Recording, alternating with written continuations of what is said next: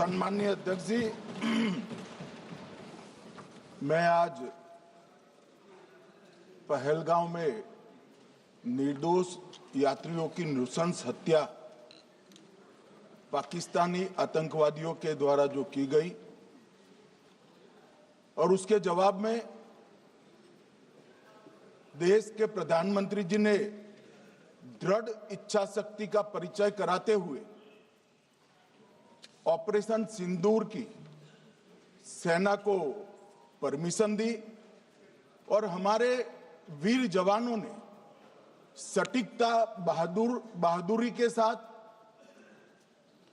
पाक स्थित आतंकवादी अड्डों को चूर चूर करने का काम किया।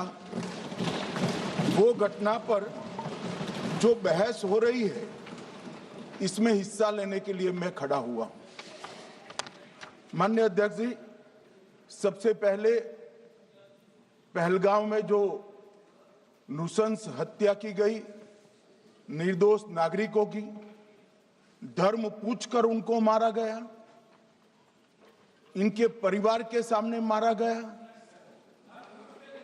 और बड़ी बर्बरता के साथ ये हत्याएं की गई। इसकी मैं घोर निंदा करता हूं और जो मारे गए हैं इनके परिजनों के साथ अत्यंत हृदय की गहराइयों से मैं संवेदना भी व्यक्त करना चाहता हूं। ऑपरेशन सिंदूर के जवाब में पाकिस्तान के हमारे नागरिक ठिकानों पर गोलीबारी की, इसमें भी कुछ नागरिक हताहत हुए, गुरुद्वारा भी टूटा, मंदिर भी टूटा। जो भी नागरिक उसमें घायल हुए हैं और जो हताहत हुए हैं, वो सभी के प्रति मैं पूरे सदन की ओर से गहरी संवेदना व्यक्त करना चाहता हूं। माननीय अध्यक्ष जी, कल से यहां पर पक्ष और विपक्ष दोनों की चर्चा चल रही है और स्वाभाविक है, जब इस तरह की नृशंस घटना घटे देश में, तब इस पर मुक्त चर्चा भी होनी चाहिए, चिंतन भी होना चाहिए, आगे न हो इसकी व्यवस्था की भी चिंता होनी चाहिए। माननीय अध्यक्ष जी, मैं विषय पर आने से पहले आपके माध्यम से सदन को और सदन के माध्यम से पूरे देश को ऑपरेशन महादेव जो कल एक हुआ है, इसकी जानकारी देना चाहता हूं। माननीय अध्यक्ष जी, कल ऑपरेशन महादेव में सुलेमान उर्फे फैजल जट, अफगान और जिब्रान, 3 आतंकवादी सेना, सीआरपीएफ और जम्मू कश्मीर पुलिस के संयुक्त अभियान में ऑपरेशन महादेव में मारे गए। और माननीय अध्यक्ष जी, ये जो सुलेमान है, ए श्रेणी का लश्कर तोयबा का कमांडर था पहलगांव हमले में, और गगनगिर आतंकी हमले में वो लिप्त था। इसके ढेर सारे सबूत हमारी एजेंसियों के पास है। अफगान ए श्रेणी का लश्कर तैयबा का आतंकवादी था और जिब्रान भी ए ग्रेड आतंकवादी था। और माननीय अध्यक्ष जी, मैं सदन को और सदन के माध्यम से पूरे देश को बताना चाहता हूं, जिन्होंने बैसरन घाटी में हमारे प्रवासियों को, नागरिकों को मारा था, ये तीनों आतंकवादी ये थे और तीनों मारे गए।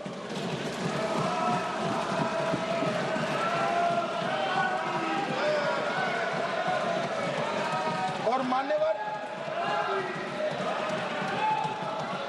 मैं आज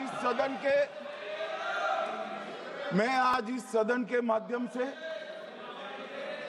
सेना के पैरा 4, सीआरपीएफ के सारे जवान जो अभियान में शामिल थे और जम्मू कश्मीर पुलिस के जो जवान थे, वो सभी को सदन और पूरे देश की ओर से बहुत बहुत साधुवाद देना चाहता हूं। माननीय अध्यक्ष जी, मैं इस ऑपरेशन महादेव के बारे में थोड़ा डिटेल में बताना चाहूंगा। ऑपरेशन महादेव की शुरुआत 22 मई 2025 को, एक प्रकार से तो जिस दिन हत्या हुई थी उसी दिन रात को 22 मई 2025 को हुई। जिस दिन हत्या हुई थी उसी दिन रात को एक सुरक्षा मीटिंग की गई थी जम्मू कश्मीर में। ये पूछ रहे थे, कोई गए नहीं, सिर्फ राहुल गांधी गए। अब आपकी आंख कौन से चश्मे से देख रही है मुझे मालूम नहीं। माननीय अध्यक्ष जी, 1 बजे हमला हुआ, मैं 5:30 बजे श्रीनगर में उतर चुका था। माननीय अध्यक्ष जी,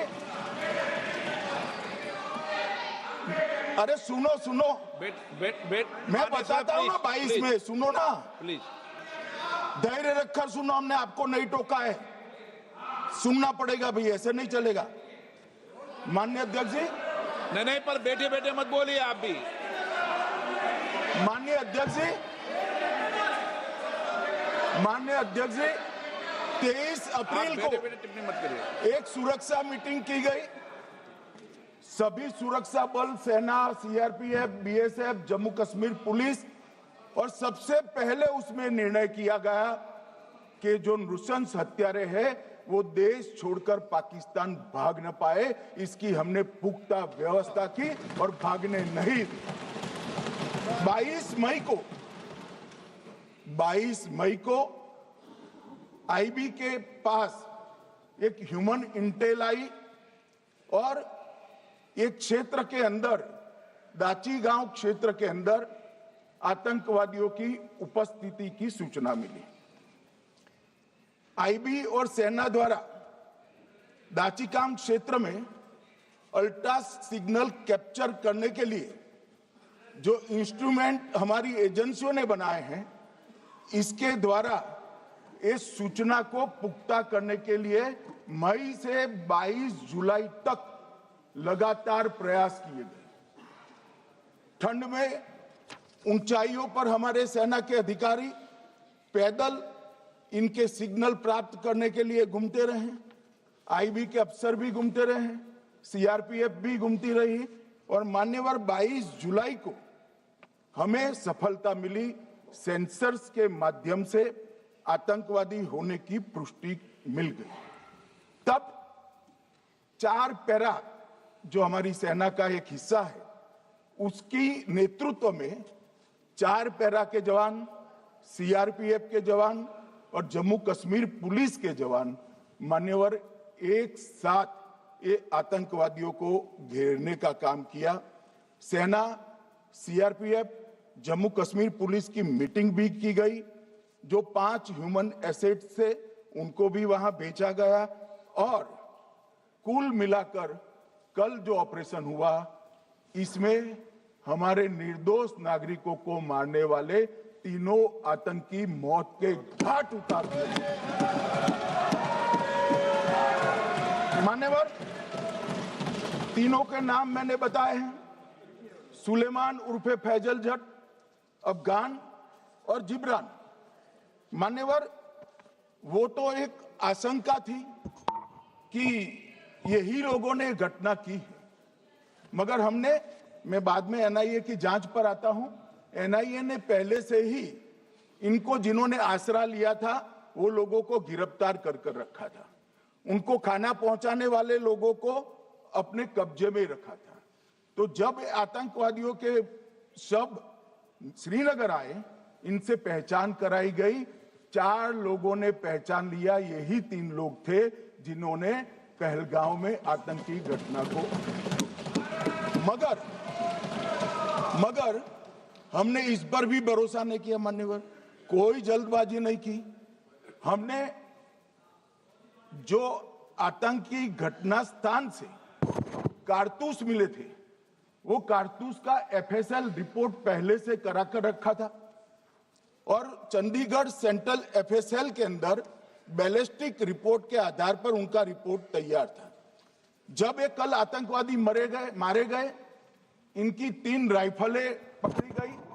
एक M9 अमेरिकन राइफल थी और 2 AK-47 राइफल थी।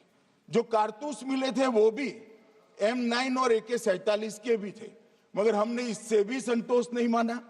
ये राइफलों को एक विशिष्ट विमान के द्वारा कल रात को 12 बजे चंडीगढ़ पहुंचा गया और पूरी रात फायरिंग कर इसके भी खाली खोखे जनरेट किए गए।